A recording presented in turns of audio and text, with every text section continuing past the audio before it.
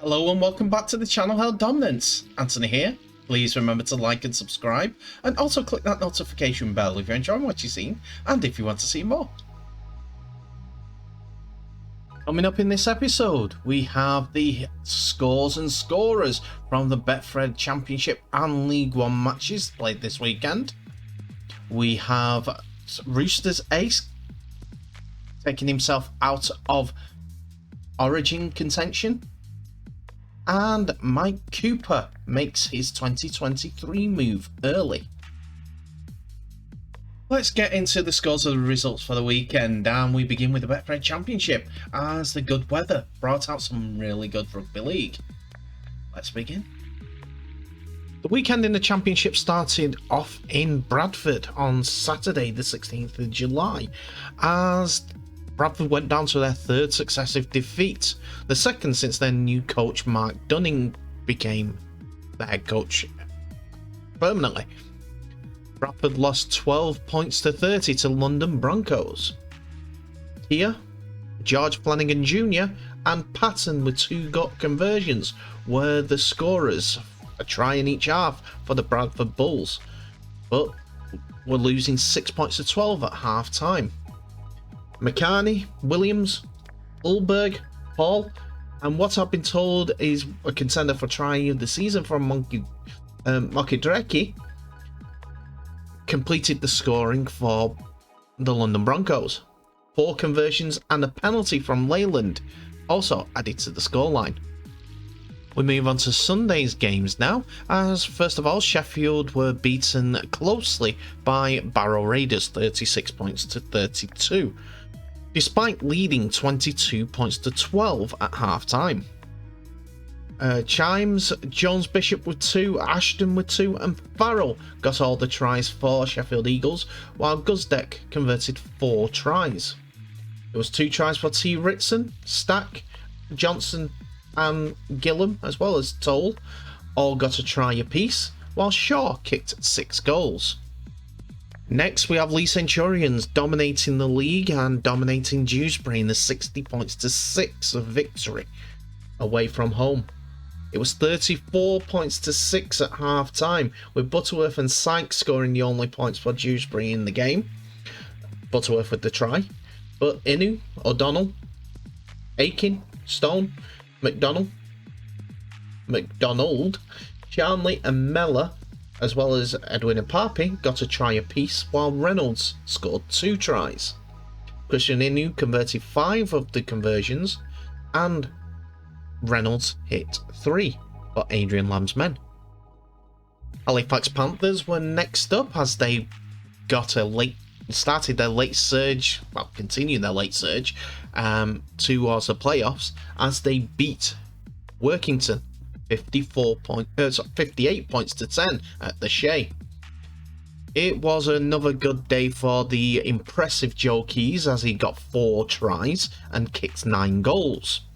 Gartside, Barber, Fairbank and Saltonstall got a try apiece for Halifax Panthers, while Arundel scored 2. They were leading 22 points to 6 at half time. Fitzsimmons and Clegg got the tries for Workington, and Thomas converted the first half try. Whitehaven were beaten at home by second place Featherstone 46 points to 24, despite leading 12 points to 10 at half time. It wasn't a good day for Whitehaven as they capitulated in the second half. Evans, Singleton and 2 tries from Ayer were the point scorers for Whitehaven, while Williams converted 3 of the tries and kicked a penalty.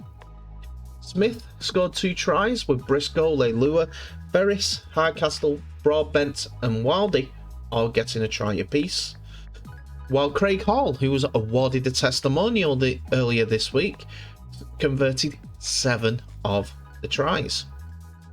And the final game on Sunday sees Widnes 33, Newcastle 26, as it looks like John Keir have got the Vikings buzzing and humming for getting victories. Adam Lawton, Davis, 2 tries from Fleming and Ince all got the tries, while Tyra kicked 5 goals and a penalty, while Fleming kicked the drop goal to seal the points for Widnes. Sam also scored twice. Johnson, Day and Boafo all got a try apiece, while Mullen kicked 3 goals. It was a half-time lead for Widnes at 20 points to 12 that they didn't look like losing.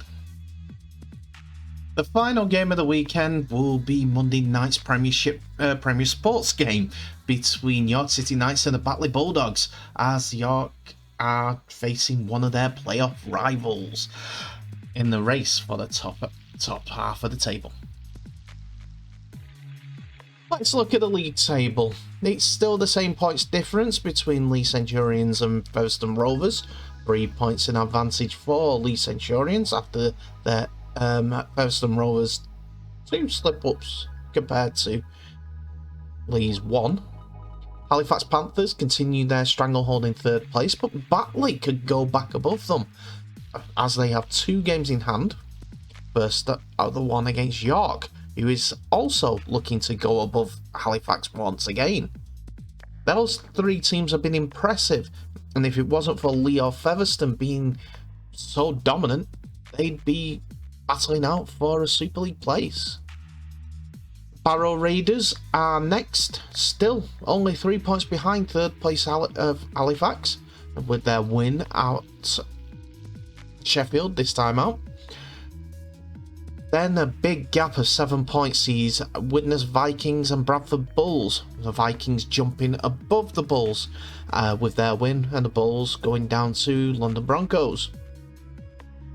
Sheffield's defeat sees them 4 points away from Bradford, as they are joined on the same points as Newcastle Thunder, but Sheffield has a big game in hand, but they have to face informed Batley.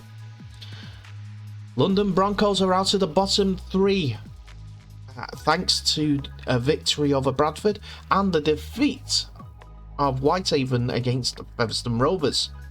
Dewsbury Rams come next, and Workington Town are propping up the bottom of the table. Okay, some transfer news coming to us early this morning, as Wigan Warriors have confirmed that Mike Cooper has joined the club with immediate effect. Initially, Cooper signed for Wigan from 2023, but an opportunity emerged for the forward to join the club immediately, and he has arrived at the Robin Park Arena on Monday. He is in contention to be in this week's squad, and could make his debut against Leeds Rhinos on Thursday. The 33-year-old England international brings a wealth of experience to the Wigan team, playing 238 games for Warrington Wolves and making 69 appearances for St George Illawarra Dragons in the NRL. Warriors chief executive Chris Radley said on the move, "Once it became clear to Mike that he was not part of Warrington's plans for the remainder of the year, we seized the opportunity to strengthen our squad at a key point in the season. With 8 games to go before the playoffs begin, we get a guy with bagged experience and hungry for success. We look forward to him getting started and is available for selection immediately." On arriving at the club, Cooper told Wigan's website, "It has been a whirlwind, but I'm here and I just want to get started and put my best foot forward. It's a proud club with huge history and a proven success, and I want to be a part of that. Hopefully I can add to what we've already got. Wigan have a history of playing a certain way, playing with a load of intent, and that suits me. We've got a fantastic pack already and some young lads, and I'll bring that experience. But first and foremost, it's about earning people's respect. It's about fitting into a culture here and making mates with everyone, from the office staff to the performance staff and the players. It's one big family, and I'm really happy to be a part of it." In other dispatches, it was Mark T. Peets, the Wigan head coach, who revealed that Mike Cooper's arrival came after Warrington Wolves asked if the Challenge Cup winners would take him with an immediate effect. Earlier this month, it was announced that he was going to sign for the 2023 season with a 12-month option on the end of it. But after Cooper was axed from the Wires squad, which suffered defeat at Darrell Powell's former club Castleford on Saturday, Warrington contacted Wigan about signing Cooper immediately. Powell refused to comment after Saturday's game when asked to explain why Cooper, who made 272 appearances for Warrington during his 14 years at the club, was left out of the squad. But now the 33-year-old will join the Wigan's title challenge and looks set to make his debut on Thursday against old adversaries Leeds Rhinos. Detailing how Cooper's move materialised, Pete said Warrington contacted us and asked, was it a possibility? I received the phone call and I was delighted, so I was really hopeful that we could do it. So all I do then is pass it on to Chris Radley because that's not really my job. But I was contacted, so I was the messenger and Chris picked up them with Warrington. Thanks to Chris and Ian Lennon, they were able to get it done quickly. My part in this is non-existent really, but as coaches, we work together with Ian and Chris and identified the players we want.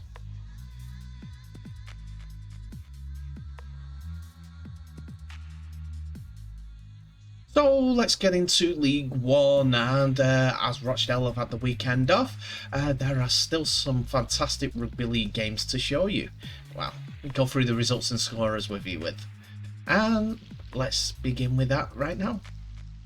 So again, we start off on Saturday, but this time it was the battle of the Wales sides, the Welsh sides even.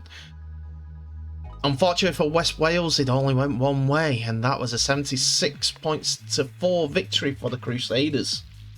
After Tyra had scored their West Wales points in the first half, they were 34-4 down at half time.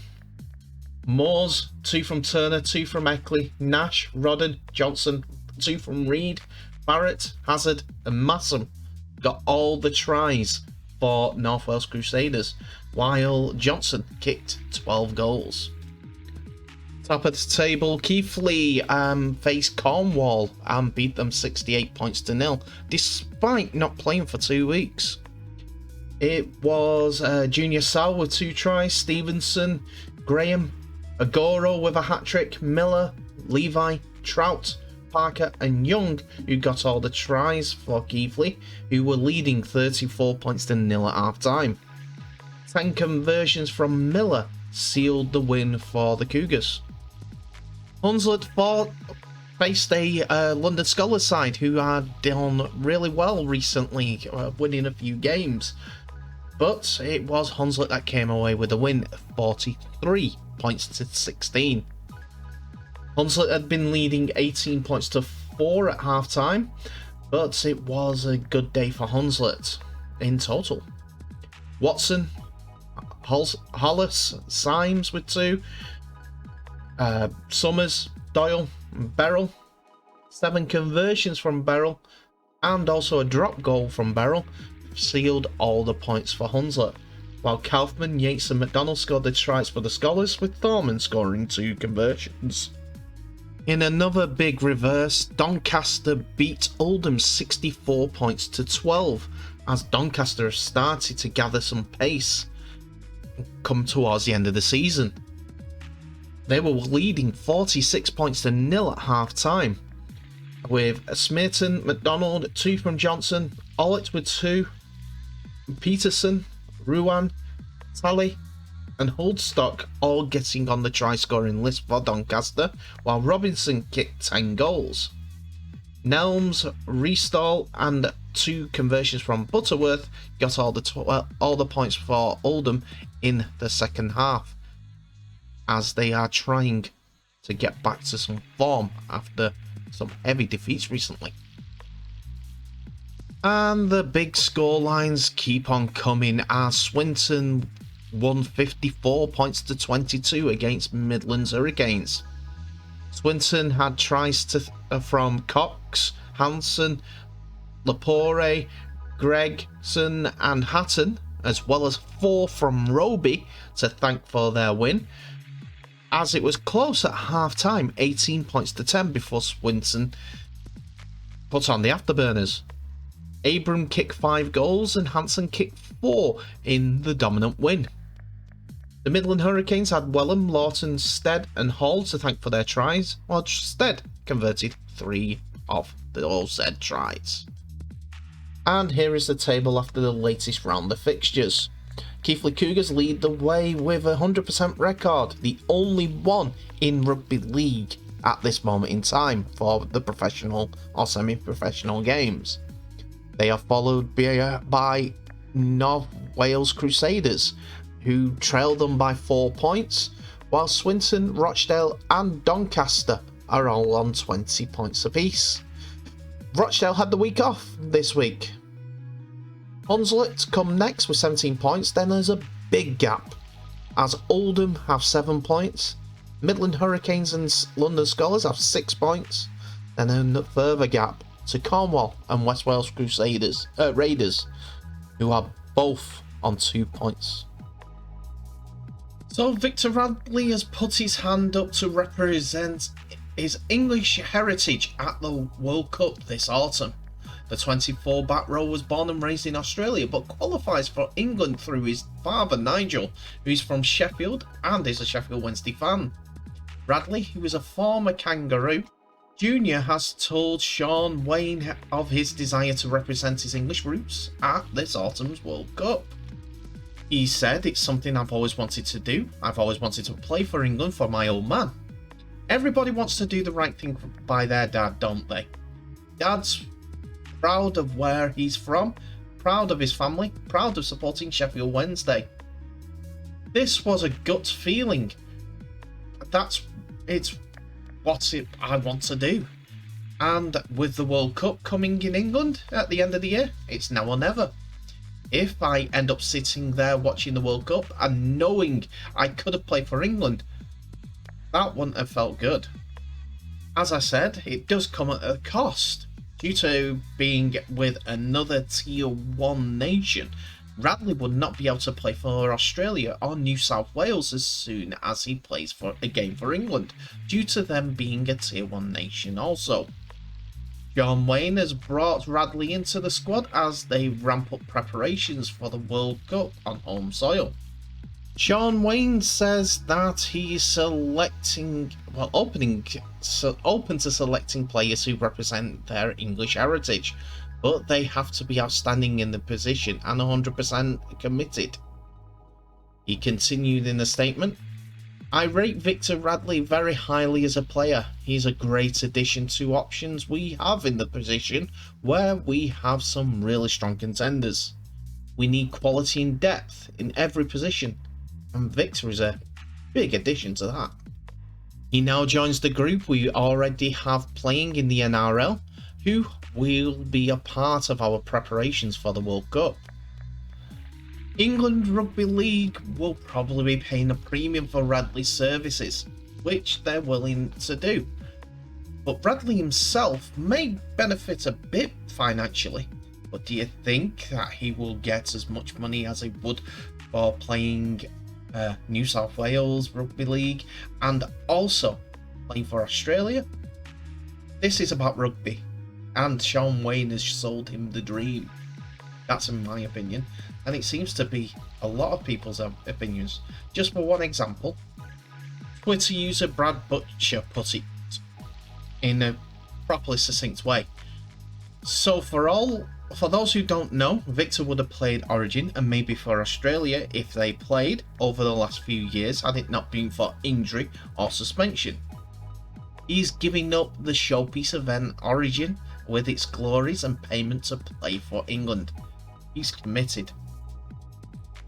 And I wholeheartedly agree. It's a big payday if you play Origin and win. Compared to English Rugby League, it's about Rugby League and being committed to it. He might become a better player with it and be eligible for Australia in 4 years' time.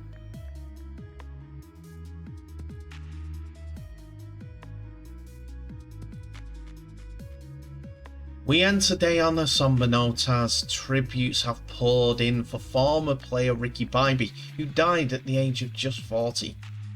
The former prop was born in Leigh and made his professional debut with Wigan. He went on to play for Leigh Centurions, St Helens, Oldham and Wakefield Trinity. Bibey won the Challenge Cup with Wigan in 2002 and with St Helens in 2004.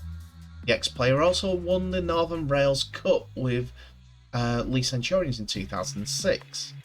He was forced to retire from an injury that he sustained, an Achilles injury, in 2012. Former clubs Wakefield Trinity shared on their social media. Trinity are sad to hear of the passing of former prop forward Ricky Bibey, age 40. Ricky played for Trinity between 2007 and 2009, making 60 appearances. We send our condolences to Ricky's family and friends at this tough time. Leeds Rhinos followed that up with sad news this morning of the untimely death of former Wigan Saints, Wakefield and Leigh player Ricky Bibey. Our thoughts are with his friends and family at this sad time. The club where Bibey was a junior, Leigh East, said all at the club are saddened to hear about the death of our former junior Ricky Bibey, who passed away on holiday. Ricky played professionally for a number of clubs, including Leigh, Wigan, St Helens and Wakefield. Our thoughts are with his family and friends at this sad time. Plus, condolence messages from former teammates. Shocked to read this morning about the very sad news of the death of Ricky Bibey. I played with him briefly in the reserves at Wigan. A real character. Rest in peace, Ricky, said Andy Grundy. The circumstances around his death are yet to become clear, and we will wait for information around that. But we send our condolences ourselves to a man that played 215 times in Rugby League. Going through the list of clubs that have already been named. But his longest spell was with the Wakefield Trinity Wildcats, playing those 69 games.